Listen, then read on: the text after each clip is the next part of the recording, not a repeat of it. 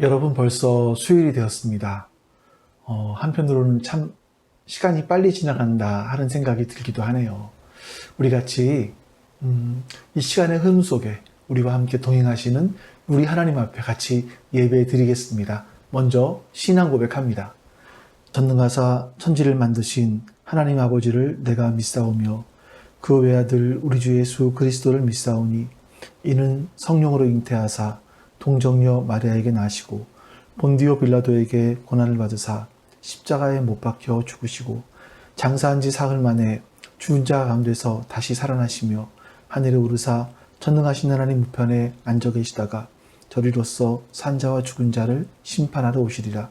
성령을 믿사오며 거룩한 공회와 성도가 서로 교통하는 것과 죄를 사하여 주시는 것과 몸이 다시 사는 것과 영원히 사는 것을 믿사옵나이다.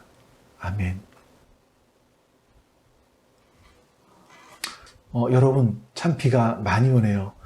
이렇게 비가 오지만 그래도 우리의 몸을 피할 수 있는 가정이 있음에 참 감사한 것 같습니다. 오늘도 우리 감사하신 하나님을 같이 찬송하겠습니다.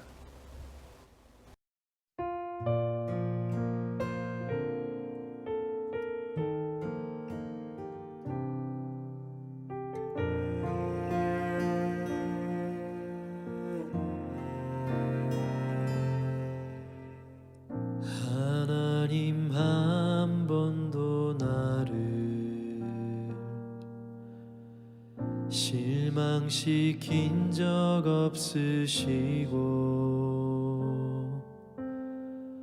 언제나 공평과 은혜로 나를 지키셨네.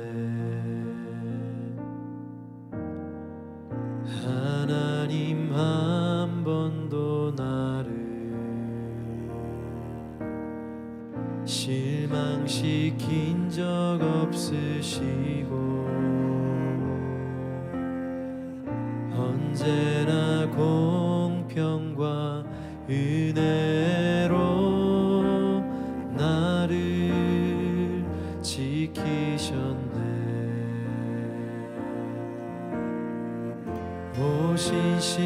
오신실하신 주, 오신실하신 주,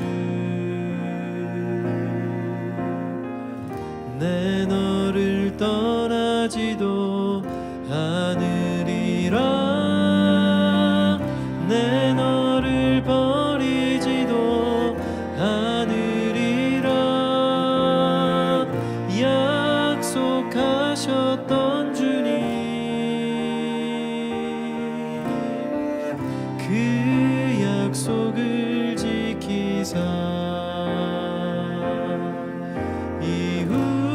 이후로도 영원토록 나를 지키시리라 확신하네.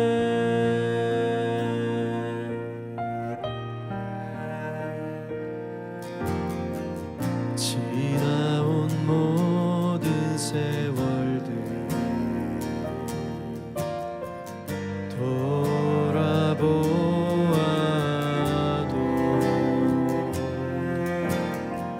그 어느 것 하나 주의 손길 안 미친 것 전혀 없네.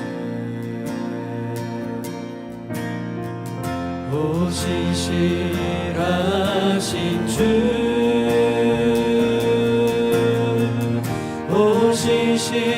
오신실하신 주, 내 너를 떠나지도 않으리라. 내 너를 버리지도 않으리라.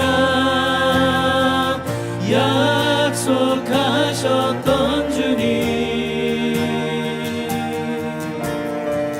그 약속을 지키사 이후로도 영원토록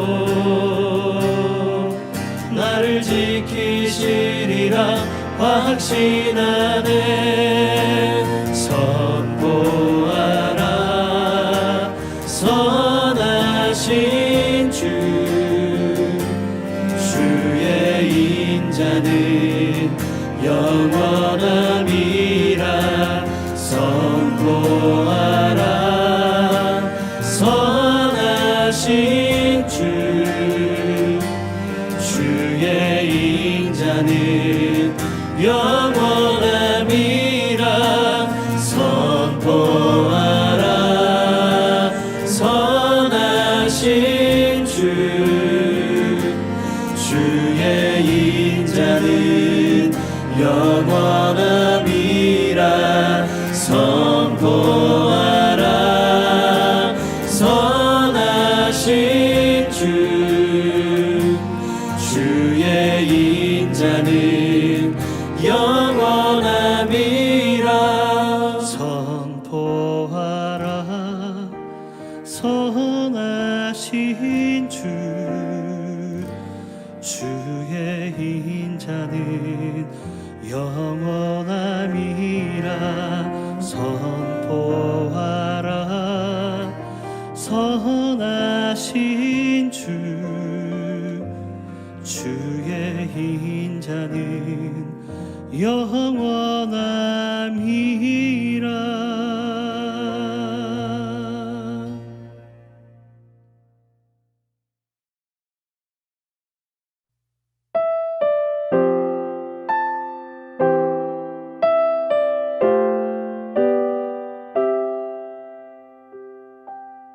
나의 만족과 유익을 위해 가지려 했던 세상 일들 이젠 모두 다 해로 여기고 주님을 위해 다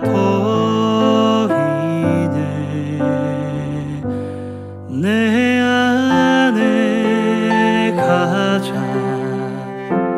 귀한 것 주님을 알미라. 모든 것 되시며 의와 기쁨 되신 주 사랑합니다.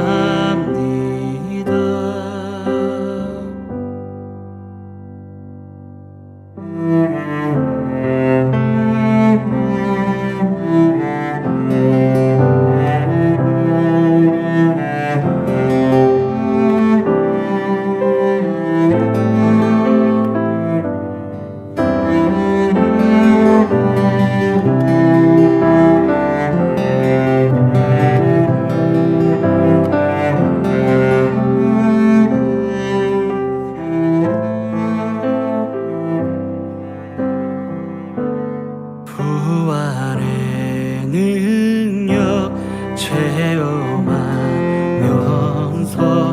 주의 고난에 동참하고 주의 죽으심 본을 받아서 그의 생명에 참여하네. 내 안에 가장 귀한 것 주님을 알미라. 모든 것 되시며 의와 기쁨 되신 주 사랑합니다.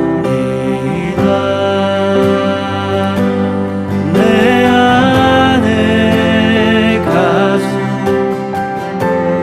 귀한 것 주님을 알미라. 모든 것 되시며 의와 기쁨 되신 주 모든 것 되시며 의와 기쁨 되신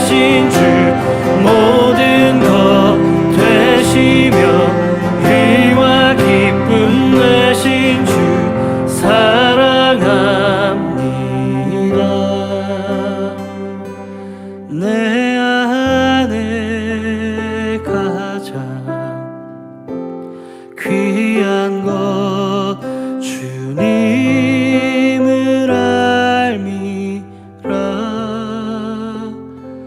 모든 것 되시며 의와 기쁨 되신 주 사랑합니다.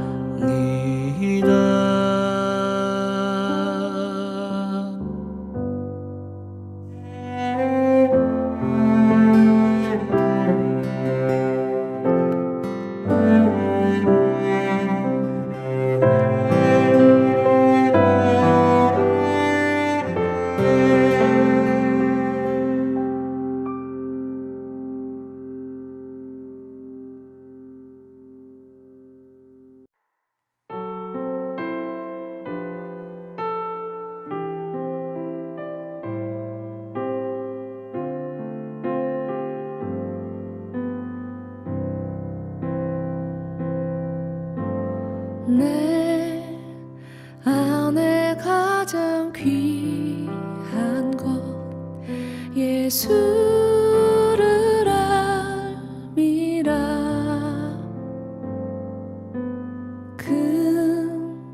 금보다 더 귀한 것 예수를 알미라. 세상 지식보다 귀한 것 예수를 알미라. 내 안에 가장 귀한 것 예수를 알미라.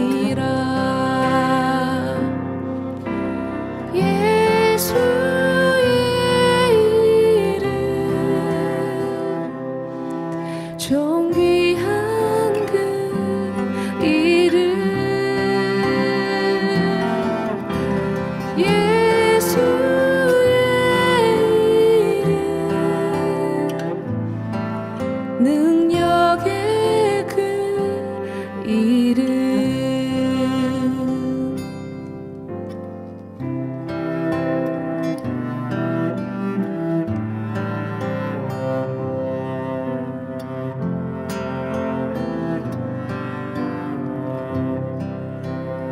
세상 지식보다 귀한 것 예수를 알미라. 내 안에 가장 귀한 것 예수를 알미라. 예수의 예수의 이름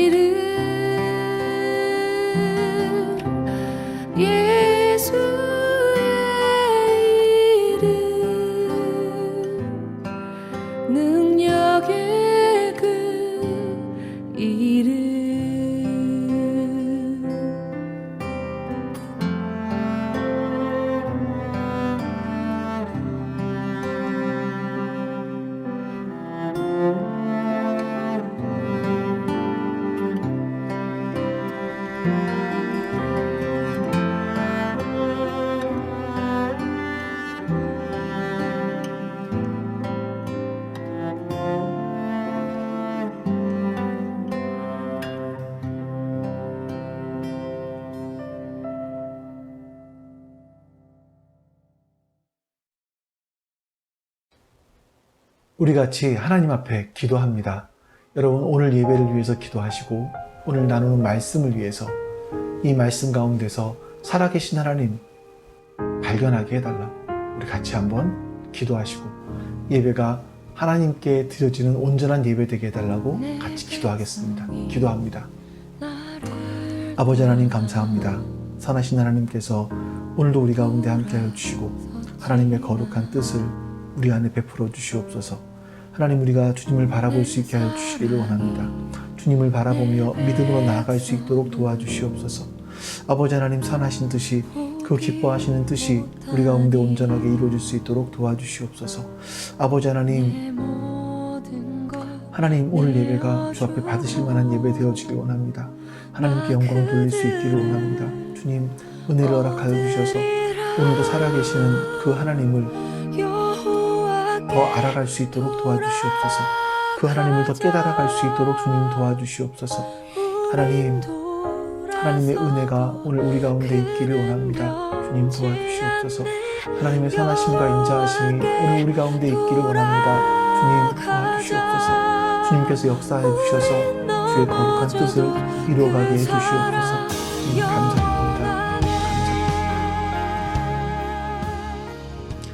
아버지 하나님 감사합니다. 오늘도 우리 하나님을 예배할 수 있도록 은혜를 주셔서 너무나 감사합니다. 하나님을 예배할 때에 살아계신 하나님을 발견해 갈 수 있도록 하나님 앞에 대면하여 설 수 있도록 주님 도와주시옵소서. 감사드리며 우리 주 예수 그리스도의 이름으로 기도하옵나이다. 아멘.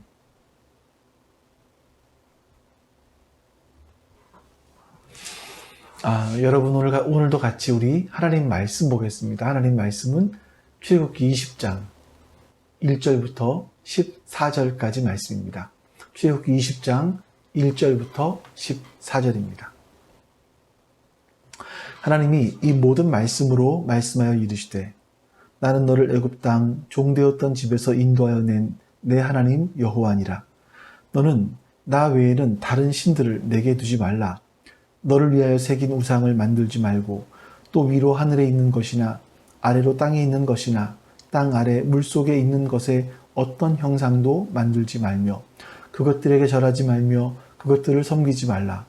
나 내 하나님 여호와는 질투하는 하나님인즉 나를 미워하는 자의 죄를 갚되 아버지로부터 아들에게로 3, 4대까지 이르게 하거니와 나를 사랑하고 내 계명을 지키는 자에게는 1000대까지 은혜를 베푸느니라. 너는 내 하나님 여호와의 이름을 망령되게 부르지 말라. 여호와는 그의 이름을 망령되게 부르는 자를 죄 없다 하지 아니하리라. 안식일을 기억하여 거룩하게 지키라.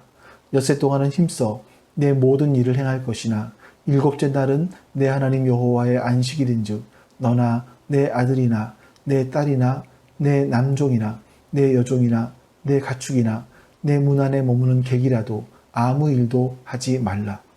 이는 엿새 동안에 나 여호와가 하늘과 땅과 바다와 그 가운데 모든 것을 만들고 일곱째 날에 쉬었습니다. 그러므로 나 여호와가 안식일을 복되게 하여 그날을 거룩하게 하였느니라. 내 부모를 공경하여라. 그리하면 내 하나님 여호와가 내게 준 땅에서 내 생명이 길리라. 살인하지 말라. 간음하지 말라. 아멘. 오늘은 10계명 중에서 5계명부터 시작해서 7계명까지의 말씀을 같이 한번 나눠보려고 합니다. 10계명은 보통 두 부분으로 나눠진다고 말하는데 1계명부터 시작해서 4계명까지 하나님 사랑에 대한 부분이고 이제 5계명부터 10계명까지는 이웃 사랑에 대한 말씀으로 우리가 통상 보고 있습니다. 근데 이 10계명 중에서 하나님에 대한 계명이 인간에 대한 계명보다 먼저 나온다는 걸 여러분 잊으시면 안 됩니다. 그러니까 사람들의 눈에는 사람들이 먼저 보이잖아요. 그러니까 항상 하나님보다 사람들을 더 의식하기가 쉽죠. 하지만 여러분 바른 신앙을 가진 사람들은요. 사람을 의식하는 데서 시작하지 않고 하나님을 의식하는 데서부터 신앙을 시작하게 됩니다. 이 순서가 틀려지게 되면 우리의 신앙이 왜곡되는 거죠. 성경 속의 수많은 사람들 가운데 잘못된 길을 걸어간 사람들을 보면 대부분 다 이 순서가 틀려 있기 때문에 그렇습니다. 우리가 의식해야 될 하나님을 의식하지 않고 인간을 더 의식할 때 바로 거기서 우리가 잘못된 길로 걸어가기 시작하게 됩니다. 하나님과의 관계를 바르게 맺어가는 사람들은요, 틀림없이 인간과의 관계를 바르게 맺어갑니다. 하나님과 바른 관계를 맺으면서 인간 관계가 왜곡하거나 뒤틀리는 것은 참 어렵다라고 볼 수가 있죠. 물론 인간 관계가 바르다고 또 하나님과의 관계가 바른 것은 아닙니다만 5계명부터 10계명까지 이 계명들을 중요하게 지키는 그 정도가 하나님에 대한 계명, 즉 1계명부터 시작해서 4계명까지를 어떻게 지키는지를 아는 중요한 척도가 되기도 합니다. 보세요. 5계명부터 시작해 7계명까지 이 말씀들을 보면 부모를 공경하지 않고 다른 사람의 생명을 아무것도 아닌 것처럼 여기고 성적으로 바르지 않은 삶을 살아가는 사람이 여러분 하나님으로 하나님답게 섬길 수 있겠습니까? 우리가 하나님의 이름을 더럽히지 않고 하나님 앞에 온전하게 예배를 드릴 수가 있겠습니까? 그럴 수 없습니다. 하나님과의 올바른 관계를 가진 사람들은 하나님 때문에 이웃과의 관계를 생각하게 되고 그래서 좋은 관계를 맺어가게 되는 거죠.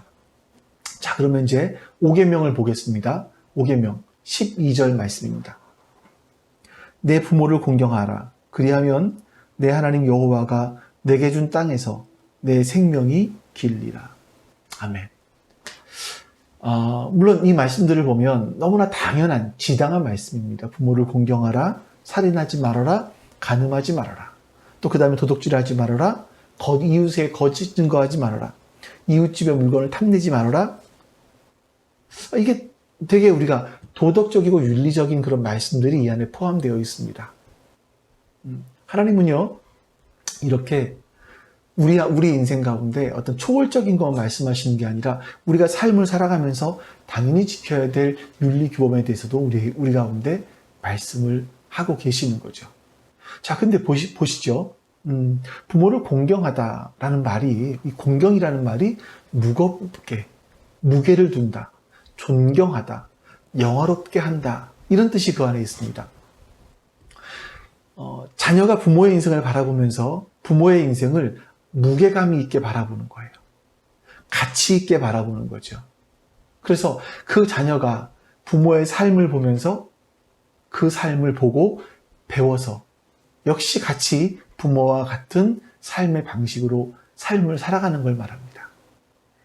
그러니까 예를 들면 이런 거예요. 부모가 세상에서 굉장히 막 유명하고 그런 사람이 아닐지라도, 세상적으로 굉장히 자랑스러운 사람이 아닐지라도 자녀가 부모를 바라보면서 다른 사람들에게 저분이 내 어머니예요, 저분이 내 아버지예요 라고 말할 수 있다면, 또 부모가 자식이 돈을 많이 벌어다 주거나 큰 직장에 취직을 하지 않았다 할지라도 저 아이가 내 아이예요, 저 여자아이가 내 며느리예요, 저 아이가 내 딸이고요, 저 사람은 내 사위예요, 이렇게 말할 수 있다면 그 가정은 굉장히 부모를 무게감 있게 보았던, 공경했던 그런 가정입니다. 여러분, 우리가 이렇게 부모를 공경해야 되는, 이런 가정이 돼야 되는 이유를 3가지만 말씀을 드려볼게요. 첫 번째는요, 우리가 부모를 통해서 이 땅에 왔을 뿐만 아니라 부모는 자녀가 만나는 최초의 교회이기도 하고 학교이기도 하고 국가이기도 합니다. 자녀는요, 부모를 통해서 어떻게 살아가야 되는지, 또 하나님을 어떻게 섬겨야 되는지, 배움의 길은 어떻게 해야 되는지, 국민으로서는 어떻게 살아야 되는지, 이런 것들을 배우게 되는 겁니다. 우리도 우리 부모님께서 그런 역할들을 해주셨죠. 때로는 다르게 그런 역할들을 해주신 분들이 우리 주변에 있었기 때문에 우리가 이 세상을 어떻게 살아가야 되는지를 배운 거고, 또 하나님을 알게 되었고 신앙을 배우게 되었습니다. 그래서 공경받는 부모가 되는 것은요, 좋은 자녀에게 좋은 부모가 되는 것을 말합니다. 그래서 여러분, 바울이 이런 말도 했습니다. 좋은 부모로 있으려면 자녀를 노엽게 하지 말라 그러죠. 에베소 6장 4절에 이렇게 말씀하죠. 또 아비들아, 너희 자녀를 노엽게 하지 말라. 오직 주의 교훈과 훈계로 양육하라. 자녀에게 하나님의 말씀으로 양육해야 되지만 그 앞서서 하는 말이 뭐냐면 자녀를 노엽게 하지 말라. 이겁니다. 여러분, 이 말씀에 순종하는 부모를 자녀가 공경하지 않을 리 있겠습니까? 여러분, 이 말씀을 기억하시고 자녀를 노엽게 하는 또 주님의 훈계, 주의 말씀으로 자녀를 훈계하고 양육할 수 있는 그런 우리 부모가 되었으면 좋겠습니다. 자, 두 번째로 자녀가 부모를 공경해야 되는 이유는요. 부모도 연약한 존재예요. 우리 아담과 하와를 한번 생각을 해볼까요? 아담과 하와가 에덴 동산에서 떠나게 된 이후에 인간은 굉장히 급격하게 타락을 하기 시작합니다. 사람의 죄가 온 세상에 가득할 정도로 인간의 계획은 언제나 악했다고 성경은 말씀하죠. 그래서 하나님께서는요, 사람과 세상 지으신 것을 후회한다라고 말하실 정도였습니다. 그런 때에 다른 세상 사람들과 달랐던 한 사람이 있었습니다. 누군지 아시겠죠? 노아였습니다. 노아에 대해서 성경이 말할 때 노아는 의인이요, 당대의 완전한 자라, 또 하나님과 동행했다, 이렇게 세 가지를 말해요. 노아는 의인이었고 완전한 자였고 하나님과 동행하는 사람이었다. 그러니까 이게 사람이 봐서 그런 게 아니라 하나님이 보실 때 너는 의인이다, 완전한 자다, 나와 동행하는 자다라고 말씀하고 계신다는 겁니다. 자, 근데 여러분, 노아가 홍수가 끝난 이후에 포도주를 굉장히 많이 마시고 요즘 말로 하면 필름이 끊겼죠. 그 장막 안에 들어가서 다 옷을 벗어버리고 잠을 잤습니다. 그때 아들 함이 아버지의 하체를 보고서는 밖에 나가서 형제들에게 비웃듯이 얘기를 한 것 같아요. 그래서 나머지 셈과 야벳은 뒷걸음질을 쳐서 아버지의 하체를 보지 않기 위해서 뒷걸음질을 쳐서 들어가서 아버지의 하체를 이불로 덮어줬습니다. 이 사실을 알게 된 아버지가 뭐랍니까? 아버지 노아가 뭐랍니까? 함을 저주하죠. 야, 그럴 수 있을까? 아버지가 아들을 저주할 수 있나? 하는 생각이 들기도 해요. 근데 여러분, 누가 한 겁니까? 당대의 의인이었다, 완전한 자였다, 하나님과 동행한 사람이었다 라고 하는 그런 노아였지만 사실 그 사람도 자신의 감정을 100% 컨트롤할 수 있는 사람은 아닐 정도로 그렇게 연약한 사람이었다라는 겁니다. 노아가 그 정도였다면 우리는 더 말할 필요가 있겠습니까? 우리가 얼마나 연약합니까? 아이들이 어렸을 때 부모를 보면 부모는 항상 커 보입니다. 든든한 바위와 같기도 하고 기댈 만한 나무와 같기도 하죠. 그런데 자녀가 점점 자라가면서 보니까 이게 부모님이 참 연약하신 분이구나. 언제나 크게 보였는데 큰 분이 아니구나 라는 것을 인정하지 않을 수가 없습니다.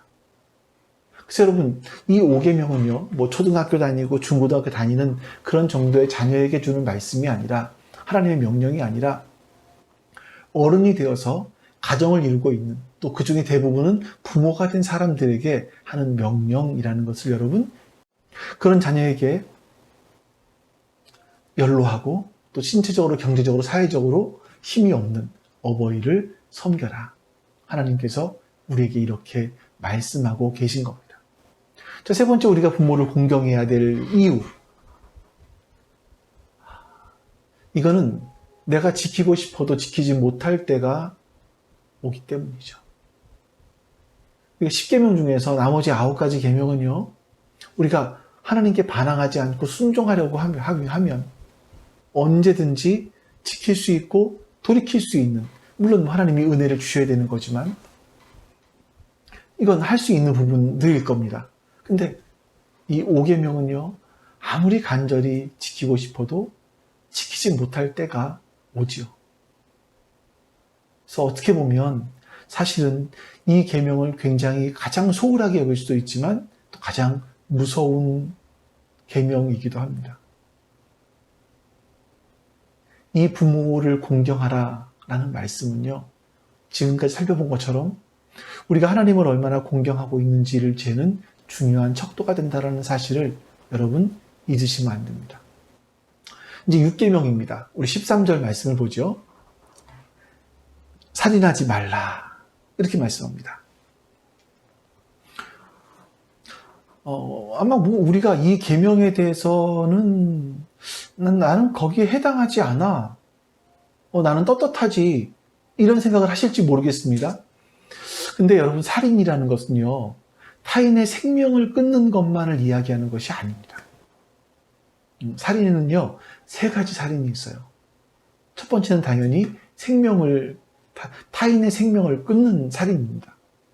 우리가 보통 이런 것들을 볼 때 살다 보면 사람들이 자기 감정을 주체할 수 없을 때가 오죠. 그러니까 분노를 다스리지 못하는 겁니다. 그러면 그때 참 위험한 것 같아요. 다른 사람의 생명을 해칠 수도 있죠. 창세기 보시면 창세기 4장에 이런 말씀이 나옵니다. 세월이 지난 후에 가인은 땅의 소산으로 제물을 삼아 여호와께 드렸고 아벨은 자기도 양의 첫 새끼와 그 기름으로 드렸더니 여호와께서 아벨과 그의 제물은 받으셨으나 가인과 그의 제물은 받지 않으신지라. 가인이 몹시 분하여 안색이 변하니 여호와께서 가인에게 이르시되 내가 분하여 함은 어찌 됨이며 안색이 변함은 어찌 됨이냐. 내가 선을 행하면 어찌 낯을 들지 못하겠느냐. 선을 행하지 아니하면 죄가 문에 엎드려 있느니라. 죄가 너를 원하나 너는 죄를 다스릴지니라. 가인이 그의 아우 아벨에게 말하고 그들이 들에 있을 때에 가인이 그의 아우 아벨을 쳐 죽이니라. 가인이요, 분노에 차서 분노의 노예가 되어서 자기 동생을 죽여버렸습니다. 가인은 자기 안에 있는 분노를 컨트롤하지 못해서 자기 동생을 죽였죠. 그러니까 이 가인이, 근데 이 성경에서 신약으로 와서 이 가인이 자기 동생 아벨을 죽인 것에 대해서 사도 요한은 이렇게 말을 합니다. 요한일서 3장 12절 말씀. 가인같이 하지 말라. 그는 악한 자에게 속하여 그 아우를 죽였으니 어떤 이유로 죽였느냐. 자기 행위는 악하고 그의 아우의 행위는 의로움이라. 자, 이 말씀 보니까 여러분, 가인은 살인을 하게 되었을 때 악한 자에게 속했다라고 말씀하고 있는 거예요. 가인과 아벨이 누굽니까? 그의 부모는 하나님이 직접 빚어 만드셨던 아담과 하와였습니다. 그렇기 때문에 두말할 것도 없이 이 가인과 아벨 역시 하나님께 속한 사람이었을 거예요. 하나님을 알았을 거예요. 근데 자기 동생을 죽였을 때는요, 악한 자에게 속했다라고 말씀하고 있는 겁니다. 여러분 기억하실지 모르겠는데 그 예전에 어떤 장로님인가요? 왜 그 청송교도소에서 교도소장으로 계시던 장로님 계시지 않습니까? 이제 그분이 하는 간증들이 좀 기억이 나는데, 그분의 간증 속에서 사형수들을 에게 복음을 전하고 그들이 사형을 당할 때까지 과정들을 쭉 설명하시면서 하는 말이 뭐냐면, 사형수들이 동일하게 비슷하게 하는 말들이, 내가 살인을 저지를 때는 뭐인가 이끌려서, 뭐인가 홀려서 그렇게 했던 것 같다라고 말을 하더라는 거죠. 여러분, 타인의 생명을 해하는 일은요, 악한 세력이 그 사람을 조종하는 것입니다. 여러분, 사람이 이렇게 분노에 휩싸이면, 하나님의 은혜가 내 마음에 충만하지 못해서 분노에 휩싸이면 악한 자의 것이 되고 우리 역시 그런 일을 할 수도 있다는 거예요. 그래서 우리는 항상 은혜 안에 있기를 기도해야만 합니다. 때로는요, 이 분노만이 아니라 어떤 사람의 증오감, 열등감, 이런 것 역시 다른 사람을 해칠 수도 있습니다. 우리 마음속에 문득문득 열등감, 증오의 마음들이 찾아올 때가 있죠. 여러분, 그것을 여러분들 기도하면서 해결하셔야 됩니다. 기도하면서 하나님과 교제하면서 내가 어떤 존재인지를 여러분 아셔야 돼요. 내가 하나님으로부터 어떤 존재라는 사실을, 하나님이 나를 어떻게 생각하시는지를 여러분들이 아셔야 됩니다. 그냥 덮어놓고만 있으면 그 내 안에 있는 열등감, 증오에 대한 문제, 이런 것들이 해결되지가 않습니다. 그럼 언제든지 내 안에 잠재되어 있는 거예요. 자, 또 하나. 그리스도인들이 하지 말아야 될 살인은요, 인격살인입니다. 인격살인. 우리 마태복음 5장 말씀을 좀 볼까요? 옛사람에게 말한 바 살인치 말라, 누구든지 살인하면 심판을 받게 되리라 하였다는 것을 너희가 들었으나 나는 너희에게 이르노니 형제에게 노하는 자마다 심판을 받게 되고 형제를 대하여 라가라 하는 자는 공회에 잡혀가게 되고 미련한 놈이라 하는 자는 지옥불에 들어가게 되리라. 형제를 화내게 하는 것, 이것도 심판받는 것이고요. 라가, 바보라고 하는 것, 미련한 놈이라고 말하는 것, 이것 역시 살인과 똑같은 심판을 받는다고 예수님이 말씀하시는 겁니다. 이런 게 인격 살인인 거죠. 자, 여러분, 이 사람의 인격을 살인해서 그 사람에게 분노, 열등감, 이런 감정을 심어주는 게 얼마나 두려운 거냐 보세요. 몇 년 전에 이런 기사가 올라온 적이 있었습니다. 인터넷 동호회에서 서로 이제 만나게 되었고, 그 30대 미혼 남녀들이 찜질방에 모여서 어떤 오프라인 모임을 갖게 되었습니다. 근데 그 사람 중에서 30대임에도 불구하고 가발을 쓰고 있었어요. 머리가 탈모가 굉장히 심했던 것 같아요. 근데 이제 미팅 중에 남자와 같이 이야기하는 중에 친한 친구가 재미로 그 머리가 없는 친구의 가발을 벗겨버렸습니다. 어떻게 된 줄 아십니까? 그 후에 그 가발을 쓴 사람은 살인범이 되었어요. 여러분, 이미 자신이 인격적으로 살인을 당했고 그렇다고 생각을 했기 때문에 자신의 가발을 벗긴 사람을 살해하는 거죠. 여러분, 우리가 사람들을 인격적으로 모독하는 경우들이 있습니다. 근데 이런 거는 말하면 안 되는 것 같아요. 사람이 바꿀 수 없는 거. 태어날 때부터 갖게 된 거 있지 않습니까? 자신의 부모가 어떤 사람인지. 부모가 남들보다 덜 가지고 있고 덜 배웠고 또 부모가 장애를 갖고 있을 수도 있지 않겠습니까? 또 거기다가 어떤 지역 출신, 또 외모, 이런 등등 이런 것들을 가지고 사람을 평가한다라는 건 여러분 바로 인격을 살리는 것과 같습니다. 자신이 바꿀 수 없는 것으로 평가를 당하는 것은요, 자신의 인격이 살해를 당하는 것 같은 거예요. 그래서 여러분, 우리도 다른 사람이 바꿀 수 없는 것을 바꾸라고 하는 그런 것들, 때로는 그런 것들을 가지고 조롱하는 것, 이것은 내가 누군가를 살해하고 있구나, 또 다른 인격 살인이구나 라는 것을 기억하셔야만 합니다. 세 번째, 그리스도인들이 금해야 될 살인이 또 하나 있는데 그게 뭐냐면 영혼 살인입니다. 마태복음 18장 6, 7절 말씀 볼게요. 누구든지 나를 믿는 이 작은 자 중 하나를 실족하게 하면 차라리 연자 맷돌이 그 목에 달려서 깊은 바다에 빠뜨려지는 것이 나으니라. 실족하게 하는 일들이 있음으로 말미암아 세상에 화가 있도다. 실족하게 하는 일이 없을 수는 없으나 실족하게 하는 그 사람에게는 화가 있도다. 우리의 삶이 너무나 형편없어서 다른 사람으로 하여금 예수를 믿지 못하게 하는 것도 우리가 그 사람을 영적으로 살인하는 겁니다.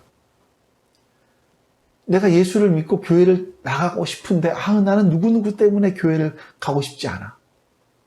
그 누구가 된다면 우리는 그 사람의 영혼을 죽이고 있는 그런 죄를 범하고 있다는 거죠.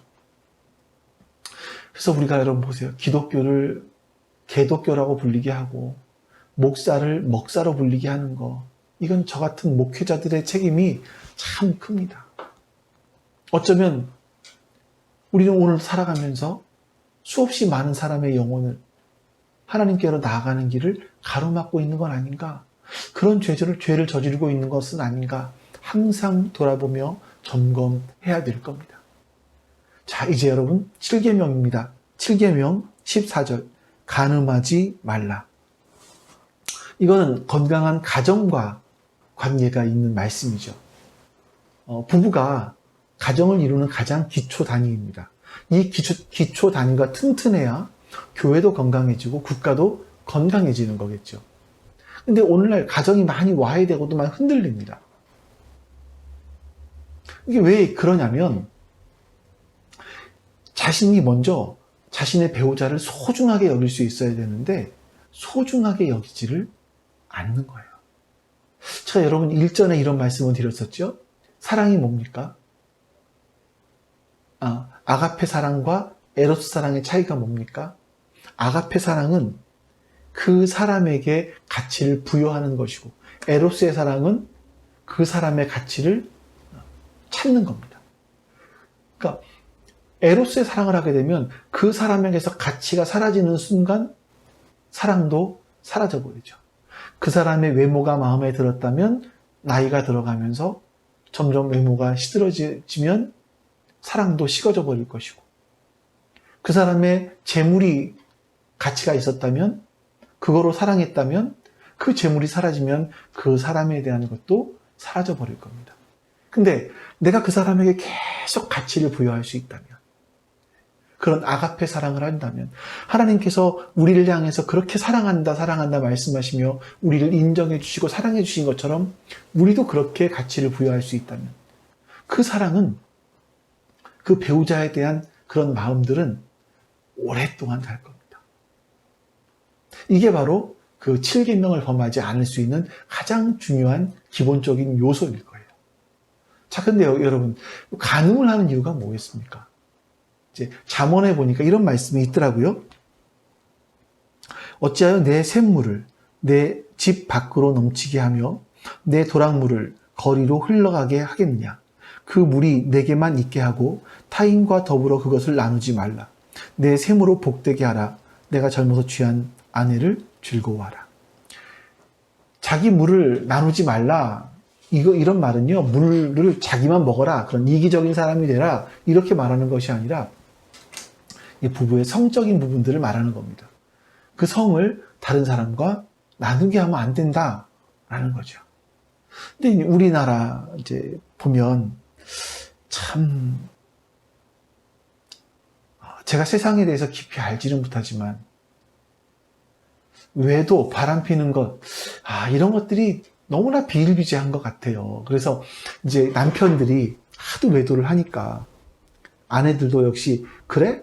그럼 우리도 한다 라고 했던 적이 있었던 것 같습니다.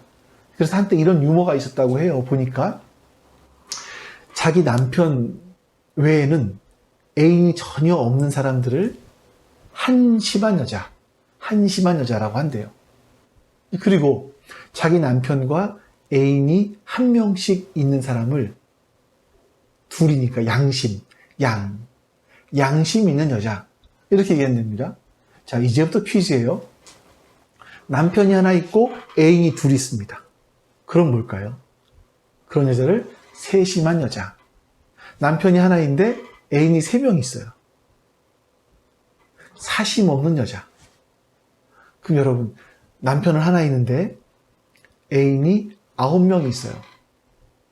전체 토탈 10명이죠. 뭐라 그러겠습니까? 열심히 사는 여자. 이렇게 얘기한답니다.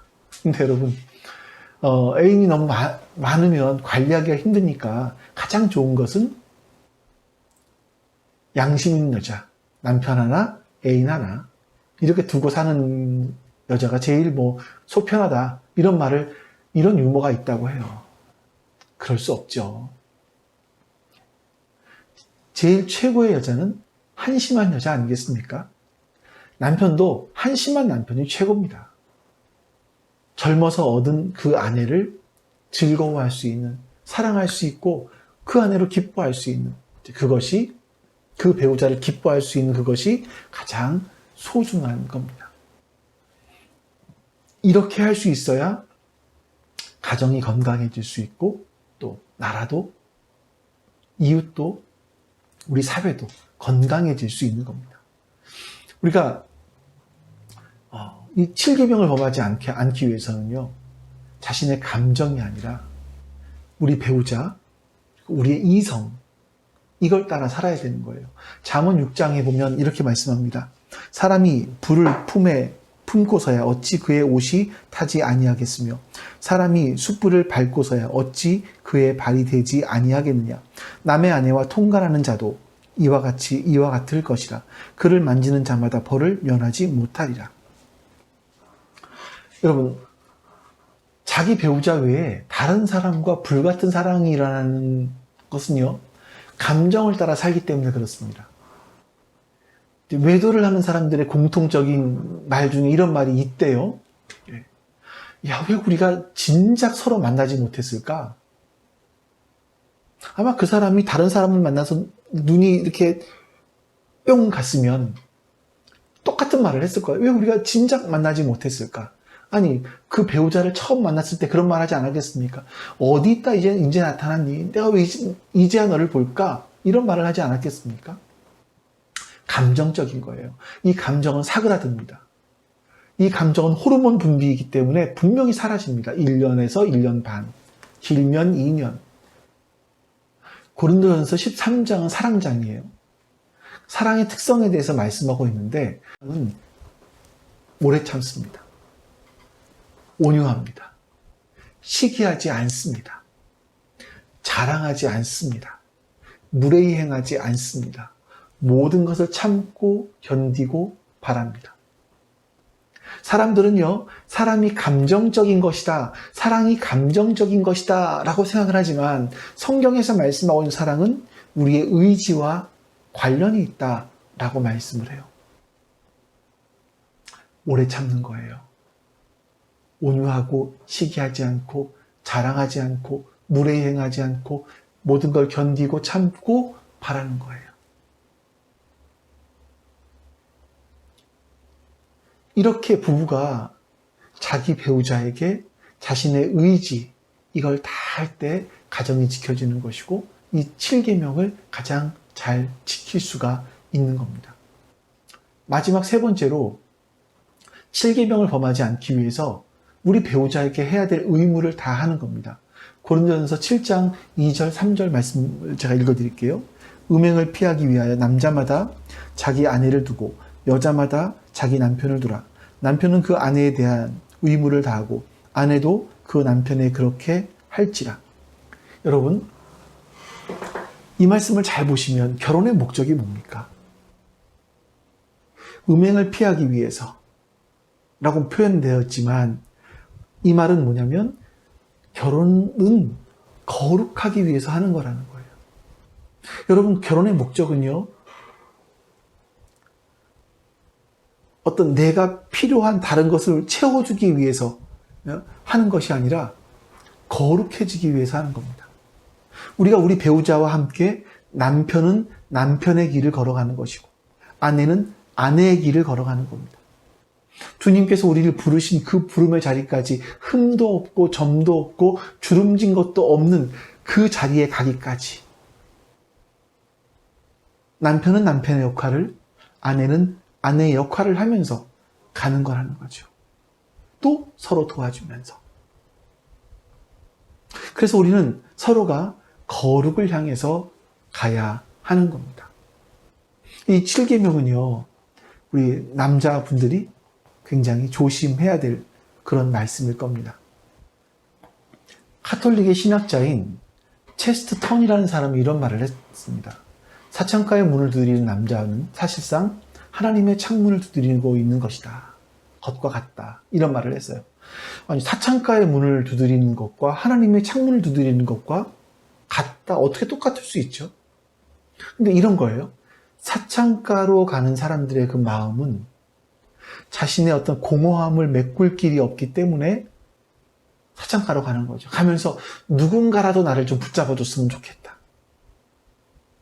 어딘가 누군가에 기댈 수 있었으면 좋겠다. 이런 마음이 있다라고 이 사람은 얘기하는 겁니다. 그래서 어떤 사람들은요, 이 공허한 마음을 메우기 위해서 술집으로 가는 사람이 있고, 어떤 사람은 다른 것들을 찾기도 하고, 이렇겠죠. 그러나 여러분, 그렇다고 해서 그 마음을 좀 메꾸기 위해서 그렇게 했다고 해도 합리화될 수는 없을 겁니다. 자신의 연약함을 망각하지 않고 자기 의무를 다할 것을 우리는 결심해야만 합니다. 자신의 의무를 다하기 위해서 반드시 내가 있어야 될 그 자리에 우리는 있어야 되는 거예요. 여러분, 하나님의 신실하심은 변함이 없습니다. 근데 인간은 세속적이고 쾌락적이어서 자기 중심적인 이 모습들이 변하지 않습니다. 성경을 보시면 2000년, 3000년, 4000년 전에 일어났던 이야기가 오늘날 그대로 다시 일어납니다. 왜 그렇습니까? 인간의 본질이 변하지 않기 때문에 그래요. 인간은요, 끊임없이 자기 부모를 공경하려고 하지 않고, 다른 사람의 생명을 존중히 여기지 않고, 성적으로 문란하게 살려고 합니다. 우리에게 여러분 십계명을 주신 하나님이 어떤 분이십니까? 나는 너를 애굽 땅 종되었던 집에서 인도하여 낸 너의 하나님 여호와라 라고 말씀하세요. 이스라엘 자손들을 노예로 살았던 애굽 땅에서 인도해 내신 하나님이시라는 겁니다. 우리를 창조하고 죄에 팔려 노예로 살았던 우리에게 자유인이 되게 하시고, 당신의 아들을 보내서 영원한 생명을 주시고, 성령을 통해서 하나님의 뜻에 순종하며 살아갈 수 있도록 만들어주신 하나님께서 우리 각자에게 이렇게 말씀하십니다. 내 부모를 공경해라. 살인하지 말아라. 간음하지 말아라. 우리 같이 오늘 말씀을 기억하시면서, 하나님께서 오늘 여러분들에게 주신 말씀을 기억하시면서 기도하시고, 우리 교회를 위해서, 지체들을 위해서, 우리 교회 미래를 위해서 같이 기도하는 시간을 갖겠습니다. 같이 기도합니다. 아버지 하나님 감사합니다. 선하신 하나님께서 오늘도 우리 가운데 함께하여 주시고 우리에게 주의 은혜를 베풀어 주시옵소서. 우리가 하나님을 기억할 수 있게 하여 주시기 원합니다. 하나님을 기억하며 믿음으로 살아갈 수 있게 하여 주시기를 원합니다. 하나님을 기억하며 믿음으로 주의 선한 뜻을 이루어갈 수 있도록 도와주시옵소서. 아버지 하나님 은혜를 베풀어 주시옵소서. 하나님 잊지 않게 해주시옵소서. 주님 잊지 않게 해주시옵소서. 주님 하나님 공경함을 잊지 않고 살아갈 수 있도록 주님 은혜를 베풀어 주시옵소서. 우리 하나님께서 주시는 그 복을 기억하며 살아갈 수 있도록 주님 역사해 주시옵소서. 오늘도 주의 도우시는 그 은혜가, 오늘도 주 하나님의 선하심과 인자하심이 함께하여 주시기를 원하고 기도하옵나이다. 오늘도 우리가 주님 바라보며 믿음으로 나아갈 수 있도록 도와주시기를 주님 원하고 기도하옵나이다. 아버지 하나님 도와주시옵소서. 아버지 하나님 은혜를 베푸시고 함께해 주시옵소서. 아버지 하나님께서 역사하시사 우리 하나님의 거룩한 뜻을 이루어갈 수 있도록 도와주시옵소서. 아버지 하나님 우리에게 붙들어 주시기를 원합니다. 아버지 하나님 우리에게 주의 은혜 허락하여 주시기를 원합니다. 살아계신 하나님께서 역사하여 주시기를 주님 원하고 기도하옵니다. 하나님 우리에게 주의 복을 내려 주시옵소서. 주의 은혜를 베풀어 주시옵소서.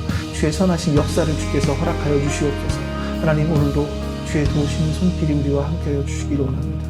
주님의 은혜와 자비하심이 우리와 함께하여 주시기를 주님 원하고 기도하오니 주여 도와주시옵소서. 주님 도우시고 함께해 주시옵소서. 하나님 저들을 위해서 기도합니다. 주님께서 주의 복을 내려주시기 원합니다. 하나님 신앙이 흔들리지 않게 해주시옵소서. 신앙이 흔들려 넘어지지 않게 해주시옵소서. 주님 바라볼 수 있도록 도와주시고 주의 은혜 품속에 살아갈 수 있도록 주님 역사해 주시옵소서. 우리 주님께서 우리 인생 가운데 원하시는 그 선한 뜻을 주님 깨달아갈 수 있도록 도와주시옵소서. 우리 하나님께서 우리의 인생들을 붙들어주지 않으시면 우리는 그 하나님의 은혜가 아니면 설 수 없습니다. 그 은혜가 아니면 살아갈 수 없습니다. 하나님 도와주시옵소서. 주님의 은혜로 말미암아 살게 해주시옵소서. 주의 은혜를 기억하며 살게 해주시옵소서. 그 주의 은혜의 품속에 살아갈 수 있도록 주님 역사하여 주시옵소서. 아버지 하나님 역사하여 주시옵소서. 그리고 주 앞에 간구하는 주님 우리에게 은혜를 베푸시사 우리 교회가 하나님 보시기에 아름답고 하나님 보시기에 복된 그런 교회가 되어갈 수 있도록 도와주시옵소서. 하나님 보시기에 하나님 기뻐하실 만한 교회가 될 수 있도록 주님 역사해 주시옵소서. 주님께서 역사해 주셔서 하나님의 선한 뜻이 이루어지게 해주시옵소서. 주님 바라보며 믿음으로 살아가게 해주시기로 합니다. 주님 바라보며 믿음으로 행할 수 있게 해주시기로 합니다. 주님 도와주시옵소서. 주님 함께하시고 인도해주시옵소서. 우리 하나님께서 원하시는 선한 뜻이 이루어질 수 있도록 역사해 주시옵소서. 하나님 우리 교회를 기억하여 주시옵소서. 우리 교회가 하나님 안에서 온전하게 세워져 갈 수 있도록 하나님의 기뻐하시는 교회가 되어갈 수 있도록 주님 역사해 주시옵소서. 우리가 꿈꾸고 있는 그 교회가 이루어질 수 있도록 주님 도와주시옵소서. 우리 하나님 바라보며 믿음으로 살아가게 해주시옵소서.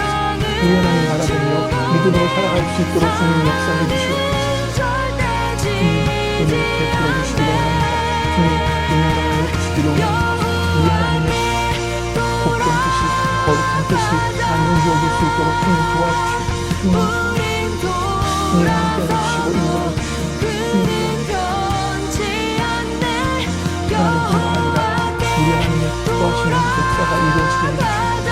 우리 하나님의 선하신 뜻이 이루어지게 해주시옵소서. 우리 주님 바라보며 믿음으로 살아갈 수 있도록 주님 역사해 주시옵소서. 우리 하나님 바라보며 삶을 살아갈 수 있도록 주님 도와주시옵소서.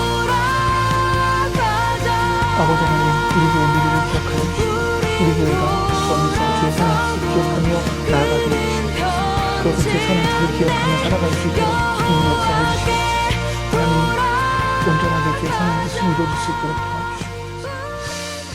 아버지 하나님 붙들어 주시기 원합니다. 함께 해주시고 인도해 주시기 원합니다. 예, 감사합니다. 아버지 하나님 감사합니다. 하나님께서 오늘도 우리에게 말씀을 주셨고 또 우리의 귀에 들리는 말씀들을 주셨기에 그 말씀들을 기억하며 우리가 믿음으로 반응할 수 있게 해주시옵소서. 그래서 선한 하나님의 뜻이 우리 가운데 이루어지며 우리가 하나님 자녀답게 되어갈 수 있도록 역사해 주시옵소서. 감사드리며 우리 주 예수 그리스도의 이름으로 기도하옵나이다. 아멘. 하늘에 계신 우리 아버지여, 이름이 거룩히 여김을 받으시오며 나라가 임하시오며 뜻이 하늘에서 이루어진 것 같이 땅에서도 이루어지이다. 오늘 우리에게 일용할 양식을 주시옵고 우리가 우리에게 죄진 자를 사하여 준 것 같이 우리 죄를 사하여 주시옵고 우리를 시험에 들게 하지 마시옵고 다만 악에서 구하시옵소서. 나라와 권세와 영광이 아버지께 영원히 있사옵나이다. 아멘.